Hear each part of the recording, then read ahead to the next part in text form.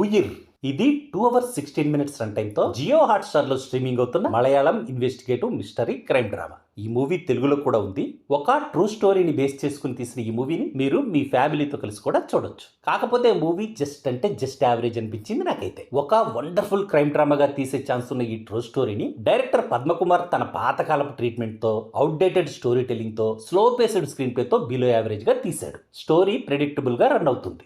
Emotional elements మాత్రమే ఉంటే సరిపోదనుకున్నాడో ఏమో గానీ మూవీని థ్రిల్లర్ గా మార్చేయాలన్న ఆరాటంతో ఒకే క్రైమ్ ని అనవసరంగా సాగదీసి ఈ మూవీకి అనవసరమైన మసాలాని యాడ్ చేశాడు. ఇన్ని నెగిటివ్స్ ఉన్నా కూడా మూవీ లాస్ట్ 30 minutes మాత్రం అదిరిపోయింది. ఈ 30 minutes లో ఉన్న ఎమోషనల్ ఎలిమెంట్స్ మనల్ని కదిలిస్తే ఈ మూవీ క్లైమాక్స్ మన గుండెల్ని పిండేస్తుంది. ఒక పాడుబడ్డ బావిలో శవమై కనిపించిన ఒక గుర్తు తెలియని మహిళ మరణం వెనుకున్న మిస్టరీని సాల్వ్ చేయడానికి ప్రొబేషన్ పీరియడ్ లో ఉన్న ఎస్ఐ అజీబ్ చేసే ఇన్వెస్టిగేషనే ఈ మూవీ స్టోరీ. ఈ మూవీని సెటప్ చేసిన విధానం ఫోర్స్డ్ గా ఉంది. థ్రిల్లర్ ఎలిమెంట్స్ ని మెయిన్ స్టోరీకి లింక్ చేసిన విధానం రియలిస్టిక్ గా లేదు. మూవీ ఇనిషియల్ ఇన్వెస్టిగేషన్ కాసేపు ఇంట్రెస్టింగ్ గానే అనిపించింది కానీ ఇక ఆ తర్వాత మూవీ అంతా చాలా స్లోగా ఆర్టిఫిషియల్ గా మారిపోయింది. చూపించిందే మళ్ళీ చూపించడం వల్ల చిరాకు వచ్చేసింది. సినిమాటోగ్రఫీ బాగుంది, బ్యాక్గ్రౌండ్ మ్యూజిక్ లో ఎలాంటి కొత్తదనము లేదు, ఎడిటింగ్ కూడా ఇంప్రెసివ్ గా లేదు. ఎస్ఐ అజీబ్ గా రోషన్ మాథ్యూ అద్దరగొట్టాడు.